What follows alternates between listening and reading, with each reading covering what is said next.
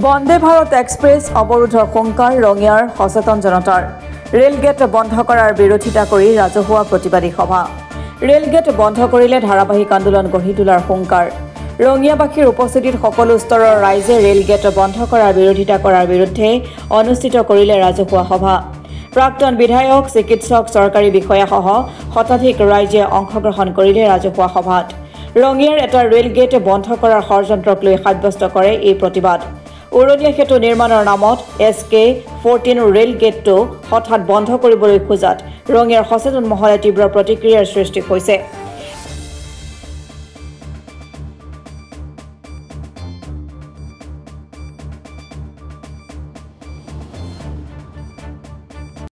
এই ৰেলগেটখনৰ সংযোগী পথটোত আছে ৰঙিয়া ৰেল ষ্টেচনলৈ যোৱা মূল পথ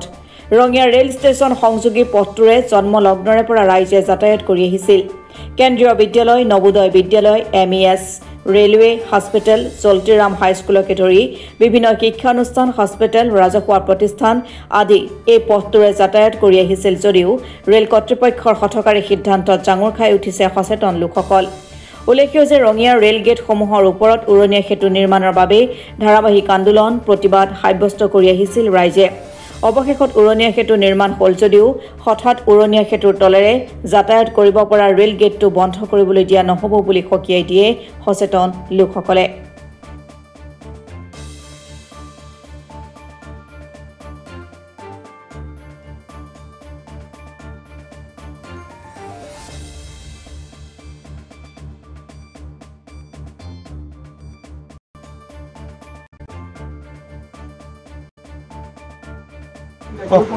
আজিৰ এই আপোনাৰ প্ৰতিবাদ সভালৈ নিশ্চয় মন কৰিছে সকলোৰে এটাই কথা যে উন্নয়ন লাগিব টেকন'লজিক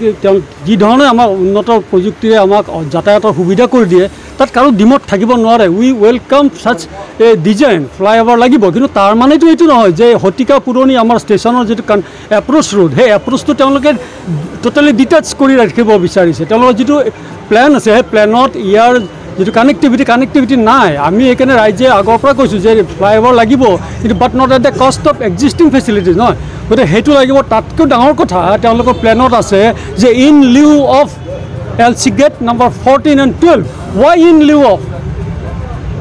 of হ'ব লাগিব যদিহে তেওঁলোকে এই ব্যৱস্থাটো ৰাখি পেলাই RUB কৰে যদি RUB কৰে তেতিয়া আমাৰ ক'বলগীয়া নাই গেট থাকিবই লাগিব বুলি আমি কোৱা নাই কিন্তু যেতিয়ালৈ তোমালোকে RUBৰ ব্যৱস্থা নকৰিবা যেতিয়ালৈ তোমালোকে সাৰ্ভিস ৰোড সাইডৰ যিবিলাক মাটি অধিগ্ৰহণ কৰি ক্ষতিপূৰণ দি কমপ্লিট সাৰ্ভিস ৰোড ব্যৱস্থা নকৰিবা তেতিয়ালৈ তোমালোকে এক্সিষ্টিং সুবিধা সেই সুবিধা কিয় বন্ধ কৰিবলৈ ওলাইছা গতিকে প্ৰশাসনৰ এই ধৰণৰ কাম কাজে কি কৰিছে এতিয়া সাধাৰণ জনতাৰ মাজত আৰু জনতা আৰু প্ৰশাসনৰ মাজত এখন ডাঙৰ প্ৰাচীৰ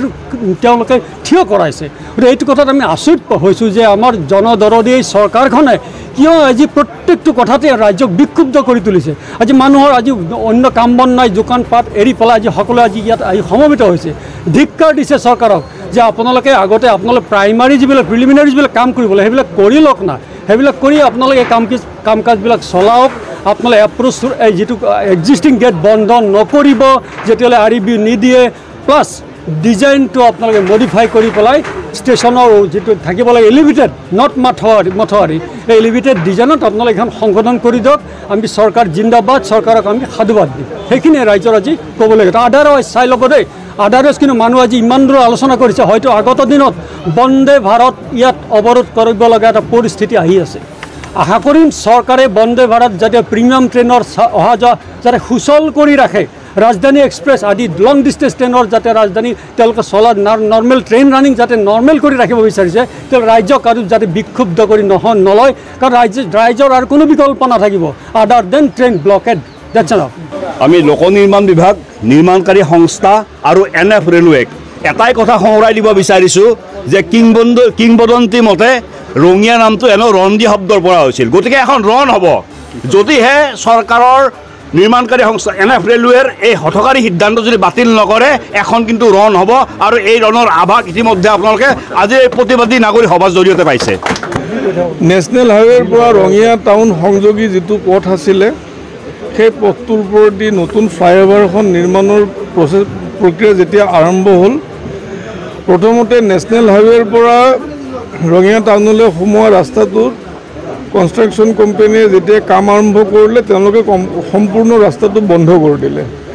কাৰণ তেওঁলোকে চৰকাৰে হয়তো মাটি অধিগ্ৰহণ কৰা নাছিলে সেইকাৰণে তেওঁলোকে ছাৰ্ভিচ ৰোডো দিব নোৱাৰিলে আৰু লগতে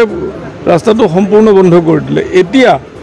সেই ৰাস্তাটোৰে ষ্টেচনলৈ সোমাই অহা যিটো ৰাস্তা সেইটো তেওঁলোকে যোৱাকালি কমপ্লিট বন্ধ কৰি দিছিলে তাৰ কাৰণে স্থানীয় ৰাইজৰ যথেষ্ট অসুবিধা হৈছিলে বিশেষকৈ ক্ষুদ্ৰ ব্যৱসায়ীসকলৰ ব্যৱসায় বন্ধ হোৱাৰ হওঁ অৱস্থা হৈছিলে সেইকাৰণে ৰাইজে কালি প্ৰতিবাদ কৰি ৰাস্তাটো অকণমান খুলি ল'লে কিন্তু এতিয়া যদি নাই ৰাইজে খুলি দিয়া নাই তেওঁলোকৰ মানুহ আহিলে কিন্তু তেওঁলোকে যেনেদৰে কথা দিছিলে সেইমতে তেওঁলোকে কামটো নকৰিলে এতিয়াও তেওঁলোকে যিখিনি পথ খুলি দিলে সেইখিনি ৰাতাৰাত তেওঁলোকে সুন্দৰকৈ বনাই দিম বুলি কৈছিলে বনোৱাৰ জেগাত তেওঁলোকে এগালমান বোকা জাপি থৈ গ'ল এতিয়া মানুহ অহা যোৱা কৰোঁতে ৰাতিপুৱা দুটামান দুৰ্ঘটনাও ঘটিছে আৰু এই পথটোৰে 4-5খন স্কুলৰ ল'ৰা ছোৱালী অহা যোৱা কৰে লগতে বিভিন্ন অনুষ্ঠান আছে ৰঙিয়া ৰেলৱে জাংচনৰ এইটো গেট হয় এই অঞ্চলৰ বিভিন্ন জেগাৰ পৰা মানুহ ৰঙিয়া ৰেলৱে ষ্টেচনত উঠিবলৈ আহে সকলো মানুহৰ কাৰণে যথেষ্ট অসুবিধাৰ সন্মুখীন হৈছে আৰু সেইকাৰণে আমি বিচাৰিছোঁ আমি এখন প্ৰতিবাদী সভা ইয়াত অনুষ্ঠিত কৰিছোঁ আৰু আমি বিচাৰিছোঁ যাতে প্ৰশাসনে অতি সোনকালে এটা উপপথ নিৰ্মাণ কৰি ৰাইজৰ কাৰণে সুবিধা কৰি দিয়ে